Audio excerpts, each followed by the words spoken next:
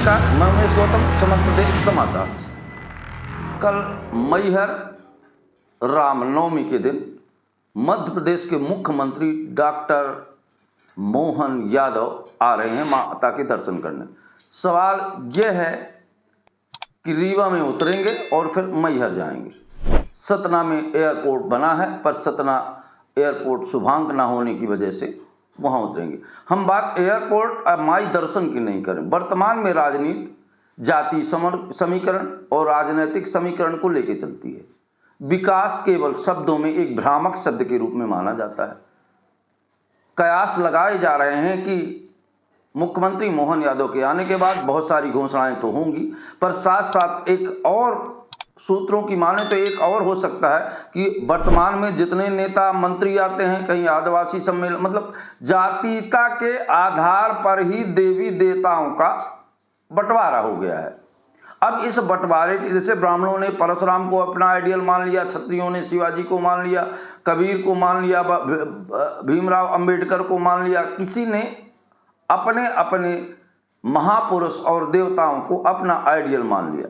अब सवाल यह है कि शारदा माता मैहर किसकी आइडियल होंगी? हो सकता है हमारे देश के मुखिया आल्हा उदल को भी उनकी जाति से जोड़कर किसी का आइडियल बनाते, या हो सकता है मैहर का नाम परिवर्तन हो जाए। आजकल नाम परिवर्तन की प्रथा चल गई है, चाहे उस नाम परिवर्तन से कोई फायदा ना हो, पर कहीं ना कहीं उसे अपनी जात और अपनी समाज से जोड़कर नाम परिवर्तन किए जा रहे हैं। अब आप देख लीजिए, सीएम राज को संदीपन कर दिया गया। वो भगवान कृष्ण के गुरु थे और कृष्ण यदुवंशी थे। अब आप पूरे आंकड़े लगा सकते हैं। उसी तरह मैहर में अमर आल्हा उदल की कहानियां प्रचलित है कि आल्हा आज भी अमर है और माता के दर्शन को रोज सुबह आते हैं। आल्हा महोबा के हैं और बुंदेलखंड से आते हैं और 12वीं शताब्दी के हैं। जगनिक ने 52 खंडों में आल्हा उदल की कहानी लिखी है, उनकी वीर गाथाएं लिखी हैं, पर उनमें ये भी कहा है कि ये बनाफर के हैं, ओछी जात बनाफर राय। हो सकता है हमारे नेता लोग फिर से उन्हें किसी जात से जोड़ के कोई नया नाम दे जाए, तो ये अतिशयोक्त नहीं होगी। अब देखना ये होगा कि कल माता के मंदिर में हमारे प्रदेश के मुख्यमंत्री किस विषय के लेकर, कितने गरिमा के रूप में लेकर और कितने सामाजिक संबंधों को लेकर क्या उद्घोषणा करते हैं और क्या भाषण करते हैं, ये देखने वाली बात होगी।